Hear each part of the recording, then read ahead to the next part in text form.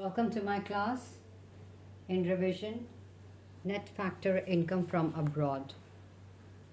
So we are doing net factor income from abroad. It is very important because it differentiates between domestic income and national income.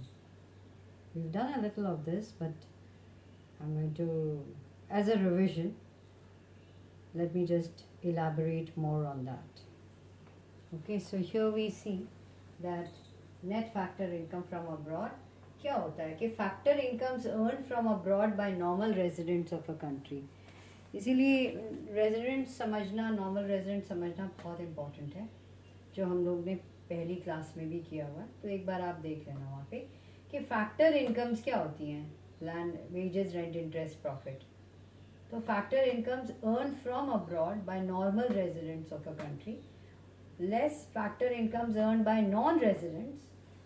तो है तो दोनों factor incomes earn from abroad by normal residents and factor incomes earn by non residents in the domestic territory. ठीक है, ये abroad से है. Territory कौन सी है? Domestic territory. ये अब्रॉड से है. बस ये डिफरेंस है, इसको थोड़ा समझना पड़ेगा आपको. और इसके 3 भाग हैं: net compensation of employees, net income from property and entrepreneurship and net retained earnings of resident companies abroad. Net का मतलब ये 2 वेज हैं. जैसे यहाँ पे देखा ना, जो हमें मिलता है by way of factor incomes, जो उन्हें मिल रहा है, नॉन रेजिडेंट्स को मिल रहा है एज फैक्टर इनकम्स. ठीक है, व्हाट दे आर अर्निंग हमारी डोमेस्टिक टेरिटरी में. वैसे ही नेट कॉम्पनसेशन ऑफ एम्प्लॉयज़ मतलब कि जो वेजेस एंड सैलरीज जो हैं, फैक्टर इनकम्स जो हैं, से वेज एंड सैलरीज जो हम बाहर से अर्निंग फ्रॉम अब्रॉड, जो हम मतलब normal residents of this country जो अर्न करेंगे, और लेस उसमें से क्या घटाएंगे, जो फैक्टर इनकम्स जो हैं, जो हमारे यहाँ के नॉन रेजिडेंट्स जो इस डोमेस्टिक टेरिटरी है, इस कंट्री में, वो अर्न कर रहे हैं, वो ले रहे हैं. तो इनका जब हम देखेंगे, डिफरेंस देखेंगे, वो तो नेट आ जाता है. अब net income from property and entrepreneurship same चीज़ है कि जो net income from property and entrepreneurship है, जैसे रेंट, इंटरेस्ट, प्रॉफिट वगैरह जो भी है, तो ये जो चीज़ है ना, फैक्टर इनकम, मान लिया रेंट या इंटरेस्ट, जो हम लोग अर्न कर रहे हैं, मतलब नॉर्मल रेजिडेंट्स फ्रॉम अब्रॉड, और उसमें से माइनस कर देंगे फैक्टर इनकम्स, जो कि फैक्टर इनकम मान लिया जाए रेंट या interest earn by non residents, जो हमारी डोमेस्टिक टेरिटरी में रह रहे हैं. कौन? Non residents. ठीक है, normal residents earn from abroad, normal residents को जो इनकम मिल रही है, और जो नॉन रेजिडेंट्स को इनकम मिल रही है फ्रॉम आर डोमेस्टिक टेरिटरी, ये यहाँ जाएगा. वैसे ही net of retained earnings of resident companies abroad, कुछ पैसे वो जो भी हमारे कंपनीज हैं, ठीक है, वो जो पैसा रखते हैं, ठीक है, और जो हमारे यहाँ रखते हैं, उनका डिफरेंस हो गया net retained earnings of resident companies abroad. इसका सिग्निफिकेंस क्या है भाई? एनएफआई का सिग्निफिकेंस क्या है? Basically to differentiate between national income और डोमेस्टिक इनकम. यही बेसिकली इसका सिग्निफिकेंस है. तो अगर हम आजकल के ज़माने में आप देखोगे, तो आपने क्या पाया है कि today it's like a global village. और नेशनल इनकम जो है, it is a wide concept है. अगर हम डोमेस्टिक इनकम को देखें, तो नेशनल इनकम में domestic income of a country तो होती है, plus income earned by different groups outside it's territory, ये भी होता है. ठीक है, और आजकल तो ये इतना इम्पोर्टेंट हो गया है, इसकी सिग्निफिकेंस, इस ये वाला जो है एनएफआई का, क्योंकि ये जो आजकल का ज़माना आप देख रहे हैं कि इंटरनेशनल ट्रेड या एड या इन्वेस्टमेंट जो है, बहुत इम्पॉर्टेंट टूल्स बन गए हैं टू ब्रिंग अबाउट या प्रमोट करता है economic development, specially under developed and undeveloped countries का ऑफ द वर्ल्ड.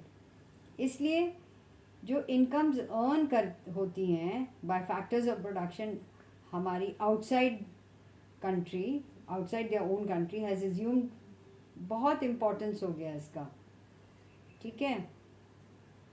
तो कैसे अर्न करें, जैसे आप नेट कॉम्पनसेशन ऑफ एम्प्लॉई अगर आप देख रहे हो, जैसे हम सर्विसेज प्रोवाइड करते हैं या income from property and entrepreneurship. So for example जैसे हमारी अगर मान लिया जाए शिप्स या एरोप्लेन्स प्रोवाइड करती हैं services to foreigners in transporting their men and material from one place to another, और इस तरह से इन सर्विसेज से वी अर्न, हम थोड़ा पैसा वहाँ से इनकम अर्न करते हैं फ्रॉम फॉरेन नेशनल्स। और ठीक उसका उल्टा होगा कि हाँ हम भी उनकी शिप्स या एरोप्लेन्स पे उनकी सर्विसेज यूज़ कर रहे हों, ठीक है। नाउ या फिर देखो कि दी सिमिलरली अगर देख लोगे बैंक्स और इंश्योरेंस कंपनीज, वो भी can earn from abroad by providing their services to the outside world, दूसरा बाहर की देशों को वो प्रोवाइड करते हैं। टूरिज़्म ले लो ना, टूरिज़्म डिपार्टमेंट, ये भी फॉरेन इनकम अर्न करती हैं by attracting more and more tourist to the country from abroad. तो ये होता है। And then by owning property abroad, property का मतलब ये नहीं होता है सिर्फ कि लैंड, बिल्डिंग और कैपिटल होता है। इफ़ वी जैसे इफ़ वी और द गवर्नमेंट, जैसे हम लोग जो है ऑर्डिनरी पीपल या गवर्नमेंट जो है अगर स्टॉक्स और शेयर्स और बॉन्ड्स और सिक्योरिटीज़ अब्रॉड लेते हैं तो ये हमारी प्रॉपर्टी हो जाती है in addition to the ownership of capital, buildings और एंड अदर एसेट्स। तो assets which are held by us all will earn, क्या अर्न करेंगे, rent, interest, dividends, and all these are a part of national income, ठीक है। तो इसी में जैसे हमने बताया कि अगर हम तीनों को ले लें, जैसे नेट कॉम्पनसेशन ऑफ एम्प्लॉयज़ या net income from property and entrepreneurship, net retained earnings from resident companies abroad, तो जैसे मैंने पहले भी बताया कि ये क्या होता है नेट कॉम्पनसेशन ऑफ एम्प्लॉयज़। ये होता है कि difference between compensation of employees received by resident workers जो है, जो टेम्पररीली एम्प्लॉयड हैं अब्रॉड, और इस तरह की पेमेंट्स जो हैं हम नॉन रेजिडेंट वर्कर्स को देते हैं जो हमारे यहाँ या तो रह रहे हैं या एम्प्लॉयड हैं टेम्पोरेरली, मतलब उनके पास हमारा पासपोर्ट नहीं है, with in the domestic territory of the country. तो ये हो गया आपका नेट कॉम्पनसेशन। फिर आता है जी net income from property and entrepreneurship. इसको भी आप अगर आप देखोगे तो क्या होता है, ये भी डिफरेंस है between income in the form of rent, interest and profit received by residents of a country, और इसी तरह की similar payments made to the rest of the world जो हम बाहर देते हैं।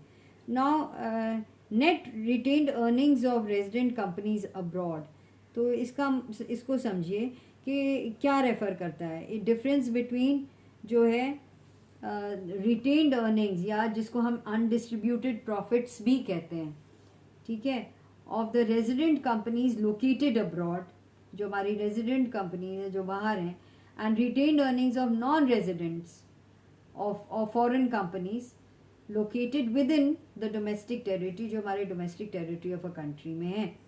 तो याद है रेजिडेंट में लोग भी हो सकते हैं और कंपनीज भी हो सकती हैं, तो ये हम लोग ने पहले भी रेजिडेंट जब पढ़ रहे थे तो बताया था। तो अगर हम कहें कि सपोज़ अगर हम कहें कि अगर एक इंडियन है, वो इंडियन एम्बेसी में, यूएस एम्बेसी में इन इंडिया में इंडियन इज़ वर्किंग, अगर एक इंडियन काम कर रहा है यूएस एम्बेसी इंडिया में, तो उसकी इनकम क्या होगी, यस वो इनकम जो है ना हम उसको ऐसे मानेंगे कि वो इनकम फ्रॉम अब्रॉड है, ठीक है।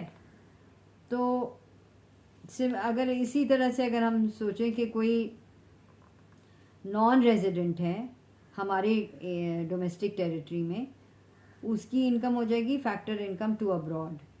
अब जैसे एक और एग्जांपल लेते हैं, अगर हम कहें जी profits earned by a branch of US bank in India, अगर कोई भी प्रॉफिट उसको मिलता है, कोई यूएस ब्रांच इन इंडिया जैसे बैंक ऑफ अमेरिका हो गया या कुछ, तो ये क्या होगा, it will be factor income to abroad, ठीक है। सो और हाँ, NFIA पॉजिटिव हो सकता है, नेगेटिव भी हो सकता है और ज़ीरो भी हो सकता है। जब फैक्टर इनकम फ्रॉम अब्रॉड ज़्यादा होता है फैक्टर इनकम टू अब्रॉड से, तो net factor income from abroad positive माना जाता है। और जब one factor income from abroad कम होता है फैक्टर इनकम टू अब्रॉड, तो NFI नेगेटिव होता है। और जब बराबर होगा तो NFI ये ज़ीरो हो जाएगा। तो NFI can B positive, positive भी होगा, नेगेटिव भी होता है और ज़ीरो भी होता है, ठीक है। So NFI can be all of this. तो अगर factor incomes earn from abroad greater हैं than factor income earn by non resident, तो मतलब factor income from abroad is greater than factor income to abroad, तो positive है। अगर factor income कम है than factor income to abroad तो negative हो गया। और दोनों अगर बराबर हैं तो क्या हो गया, जैसे सेकंड का क्या था कि factor income from abroad is less than factor income to abroad, तो NFIA नेगेटिव होगा। और जब दोनों बराबर, that means factor income from abroad is equal to factor income to abroad, तो हो जाएगा आपका ज़ीरो, ठीक है। So basically one has to go through all this. इतने क्वेश्चंस वैसे नहीं आते हैं। तो एक बार और, जैसे net retained of resident companies, ये जो होता है कि नेट रिटेन्ड अर्निंग्स क्या होता है, अनडिस्ट्रीब्यूटेड प्रॉफिट्स जो कहते हैं।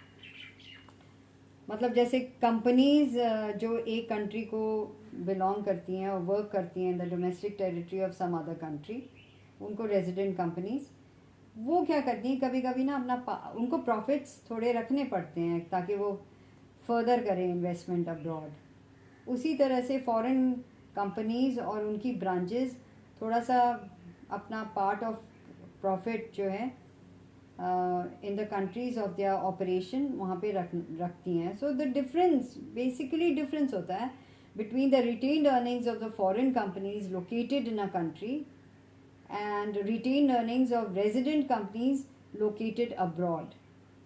तो ये हो जाता है आपका net retained earnings from abroad। तो इन शॉर्ट अगर NFIA है तो इसमें क्या क्या आता है, NFIA it is net compensation of employees plus net income from property and entrepreneurship and net retained earnings of resident companies abroad।